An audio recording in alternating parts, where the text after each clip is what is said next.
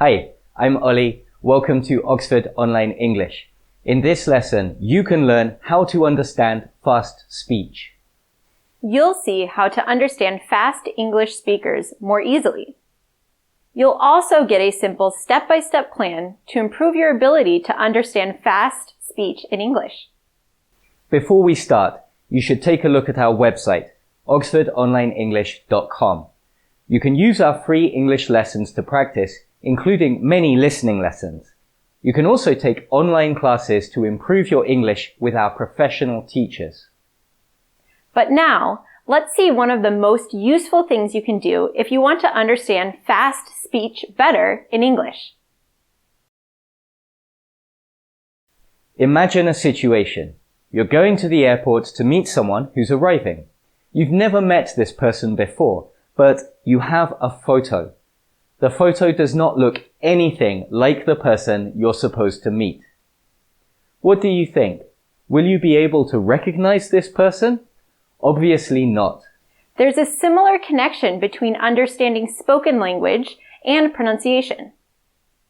If you don't know how to pronounce words and sentences correctly, then you won't recognize them when you hear them. More specifically, if you don't know about the features of native English pronunciation, then you'll find it difficult to understand any natural speech. So what are those features of native English pronunciation? What should you work on? Let's look at an example. That house looks smaller from the outside. That house looks smaller from the outside. Even in this short sentence, a lot is happening. First, the T at the end of that is generally not fully pronounced. In British English, it would be reduced to a glottal T, which means that you start pronouncing a T sound, but you never fully release it. In American English, the T might also be softened to a D sound. Next, the words are all joined together. House looks sounds like house looks.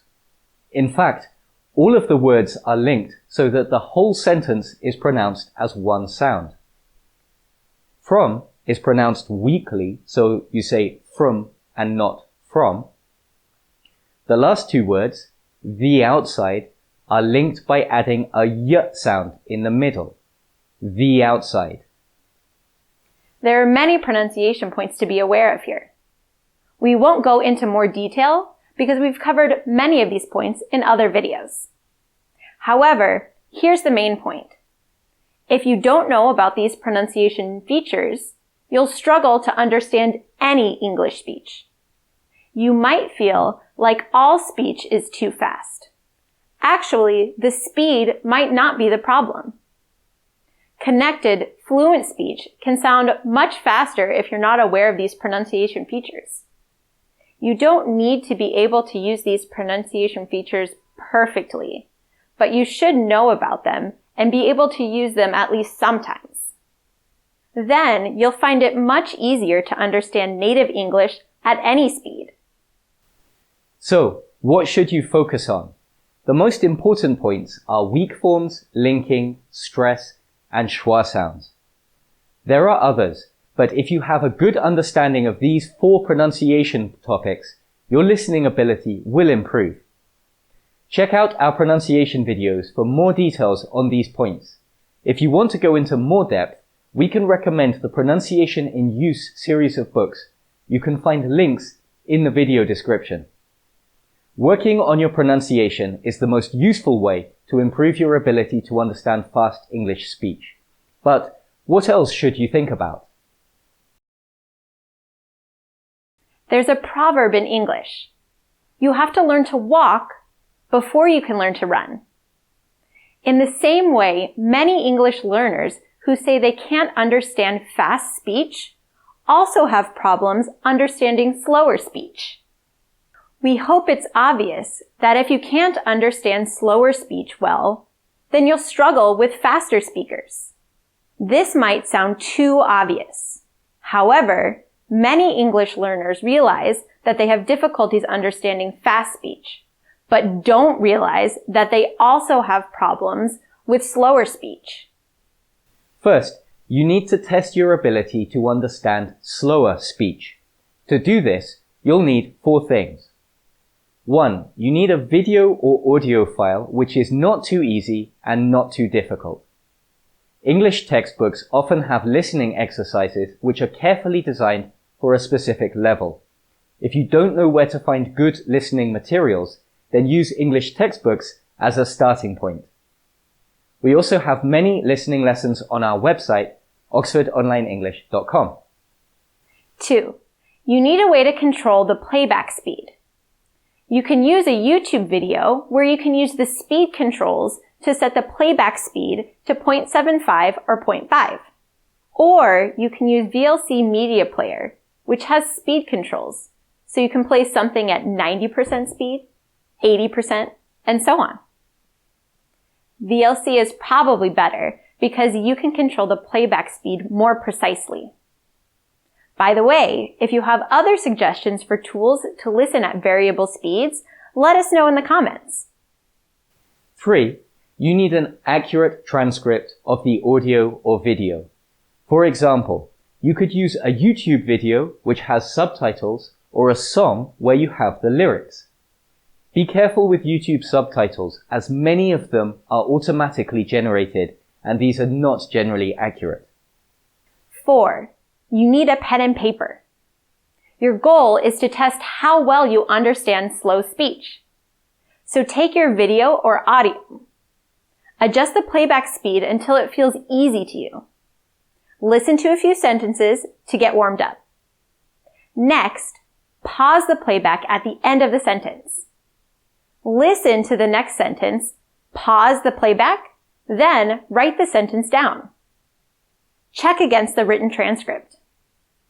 If you're using a song, then work in lines instead of sentences. At this stage, you need to be really strict with yourself. Double check what you've written against the transcript. Count your mistakes. Every missing word is 1 mistake. Every wrong word is 1 mistake. And every extra word is 1 mistake. If you want, try it right now. It's a good experiment. How many mistakes did you make? If you made more than 1 mistake, then adjust the playback speed down so that the audio is slower. Listen to the next sentence and do the same.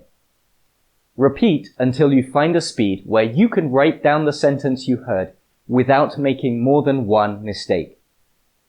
This is an important step because you need to build a base for your listening skills. That means you need to be able to hear every word, and you need to be able to hold a sentence in your head after you've heard it. Again, it's essential to be strict with yourself and pay attention to small details. Actually, even making 1 or 2 mistakes is a problem. Your aim is to write the sentences without making any mistakes.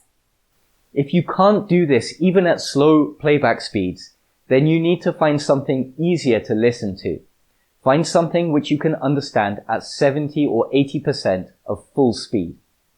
Remember that understand means that you hear every word.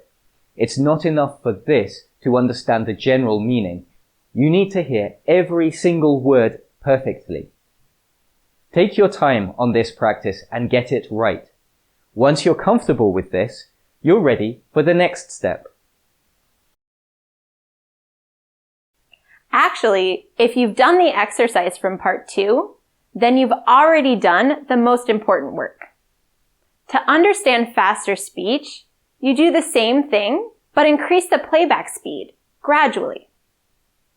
Listen to one sentence, write it down, and check it carefully against the written transcript. If you can get 3 sentences in a row 100% right, then adjust the playback speed up and continue. On the other hand, if you make more than 1 mistake in a sentence, then adjust the playback speed down. You have the same goal. You need to hear every single word. Try to get to a playback speed of 120% or 130%. If you can hear every word even at these speeds, then find something more challenging to practice with and start again. For this, you need to be patient. If you do this regularly, you will make good progress, but your progress will not be a straight line. There will be days and weeks where you don't feel like you're getting anywhere. Don't give up. With any work like this, it's better to do it little and often. Start by doing 10 to 15 minutes of practice every day. Do this for a week or so. If you're feeling motivated, go up to half an hour a day. Don't try to do too much. Doing it regularly is the most important thing. As with all listening practice, you should try to use a variety of listening sources. Listen to different sources on different topics and with different speakers and accents. This is the core of your training. If you do this regularly, your ability to understand fast speech will improve quickly. However, you have to be consistent, and you have to be strict with yourself regarding mistakes. Otherwise, you won't get such good results. There's one more point you should think about to understand fast speech better. There's a feeling you get sometimes when you're listening to a foreign language. It's that feeling when everything is coming too fast. There are too many words you don't know, and you're fighting to keep up. But at some point, things break down, and what you're hearing just turns to soup. You know the feeling? It's common. It's what happens when there's too much for your brain to process. There are no quick fixes. There aren't any magic solutions. And you've already seen the most important points you can use to deal with this. But there's one more thing you can do. Vocabulary is a big part of understanding. In particular, when you hear a word you don't know, it often takes your attention. You start wondering what it was and what it means. While you're paying attention to that unfamiliar word, you can't pay attention to what you're hearing, so you miss more things. This makes it more difficult to tune back in.